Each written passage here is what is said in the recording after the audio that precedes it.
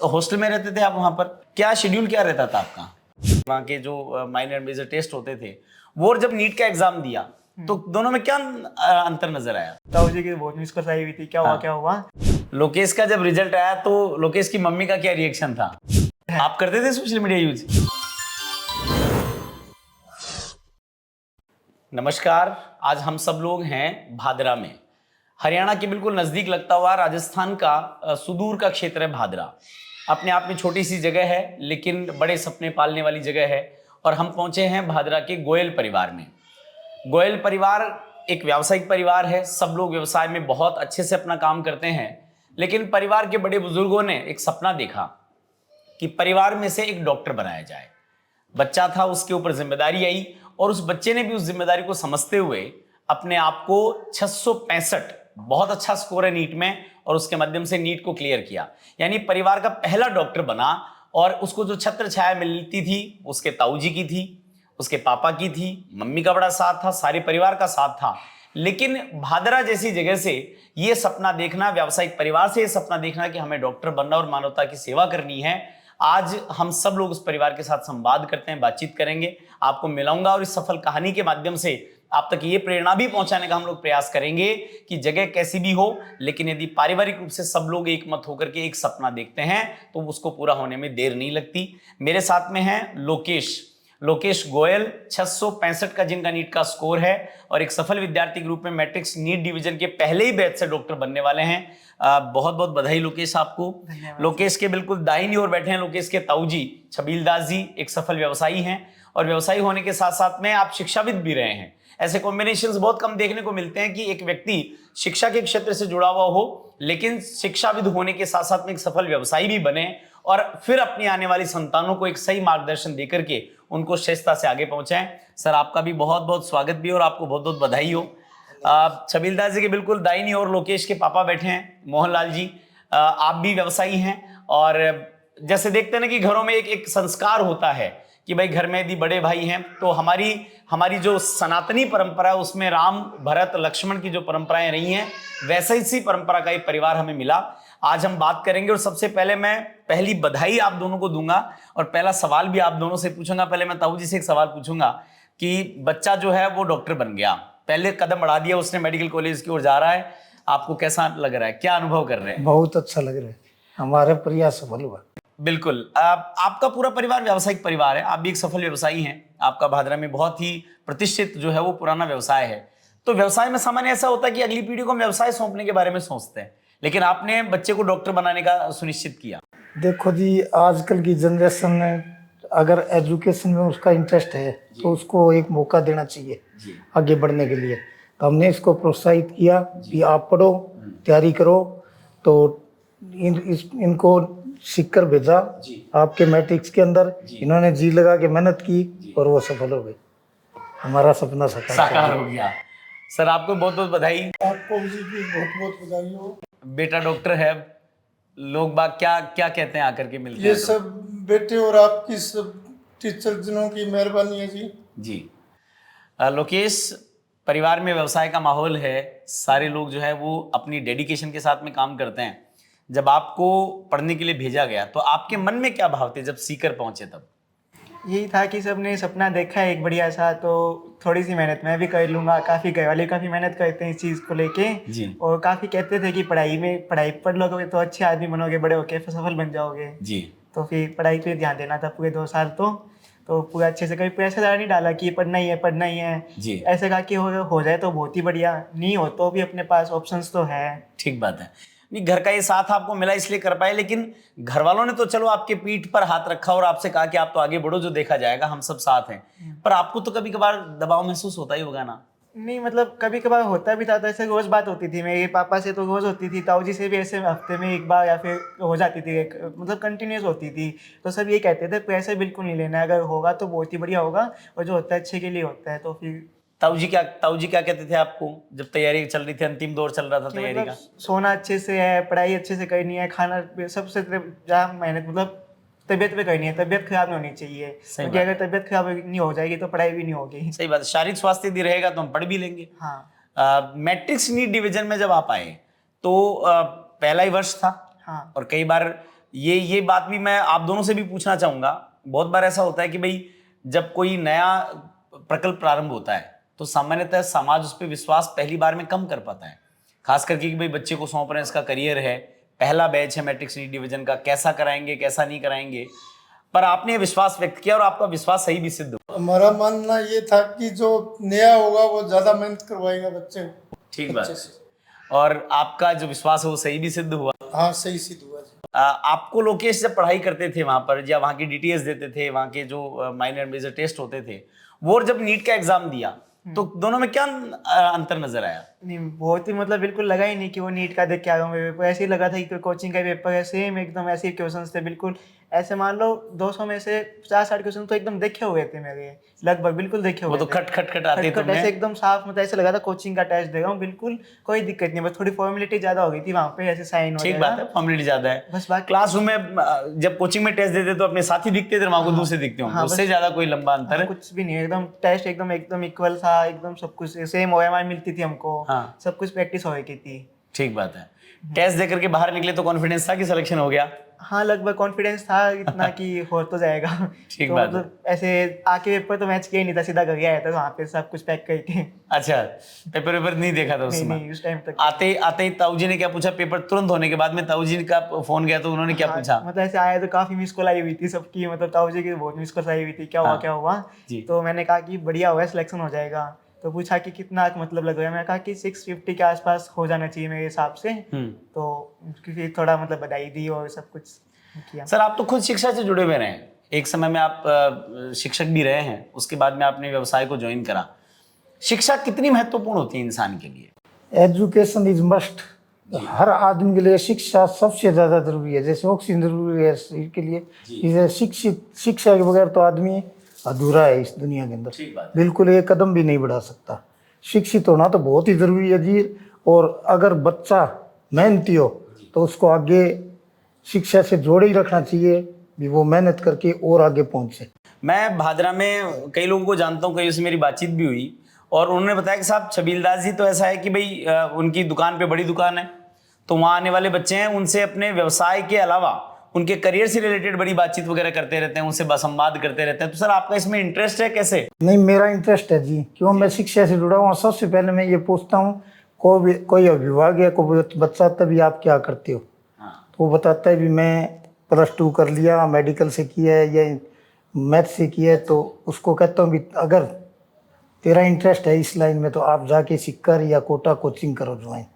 Coaching के बगैर तो पॉसिबल नहीं है यहाँ बैठ के, तो क्योंकि स्पीड नहीं बढ़ पाती कोचिंग। सही बात है, कंपटीशन माहौल में नहीं मिल पाता। कंपटीशन बहुत है, कंपटीशन मान लिए तो एक रेस है जी। इसमें जितना दौड़ोगे कंपटीटर के साथ आगे निकलोगे तभी सफल होगे।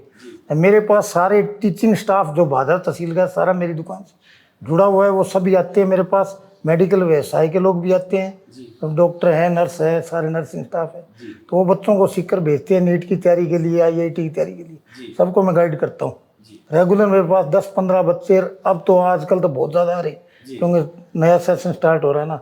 सबको मैं गाइड करता हूँ।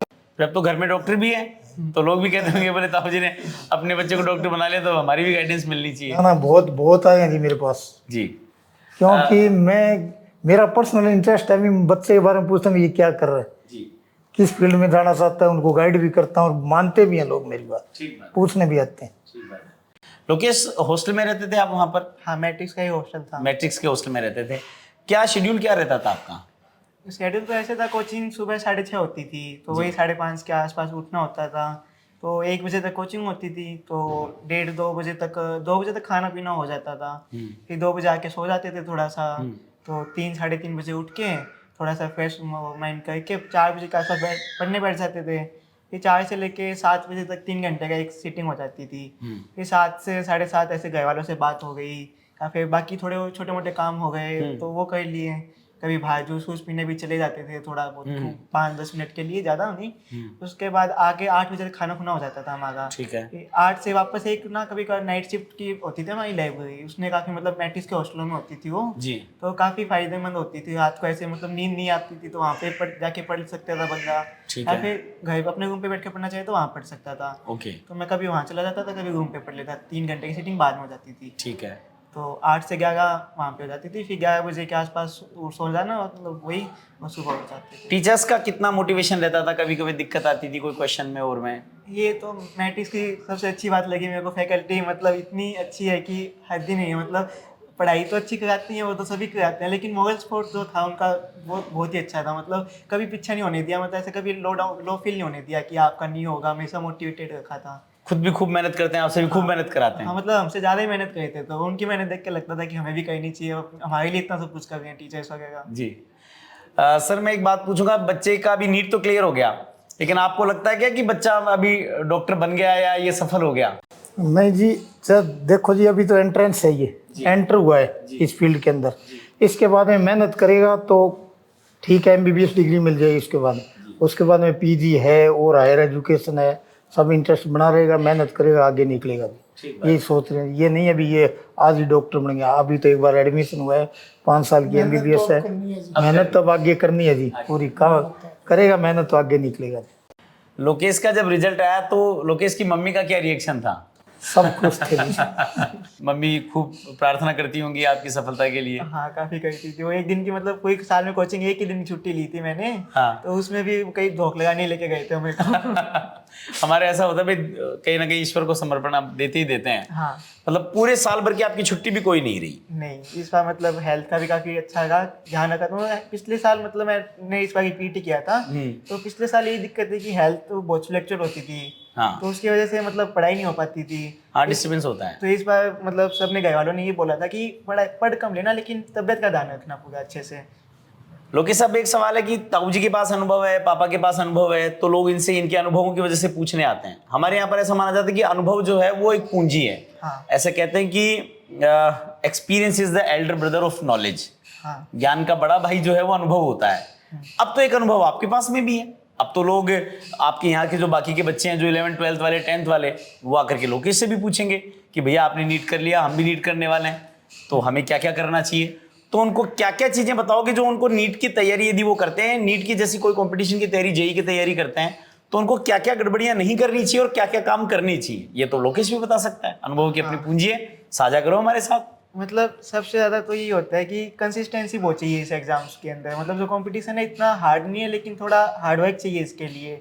मतलब ऐसे नहीं है कि आप पढ़ोगे तो आपका नहीं होगा, लेकिन ऐसा है कि एक दिन 12 घंटे पढ़ लिए, अगले दिन 1 घंटे पढ़े, इससे अच्छा दोनों दिन 6-6 घंटे पढ़ लो, पढ़ो रोज, लेकिन पढ़ो रोज। सबसे ज़्यादा तो यही होता है, कंसिस्टेंसी तो बहुत जरूरी है। सबसे ज़्यादा इंपॉर्टेंट कंसिस्टेंसी है। ठीक है। उसके अलावा फिर मतलब कंट्रोल काफ़ी चाहिए इसके ऊपर, कि सोशल मीडिया यूज़ नहीं करना। आजकल सबसे खराब तो वही करते हैं। आप करते थे सोशल मीडिया यूज? 12th के अंदर थोड़े बहुत किया था, वही गलती रह गई, इसलिए 12th के साथ नहीं हो पाए। अगले साल हमने नहीं की है गलती। अगले साल बिल्कुल सोशल मीडिया देखा ही नहीं? नहीं, बिल्कुल नहीं। बिल्कुल नहीं देखा। हाँ। Keypad phone?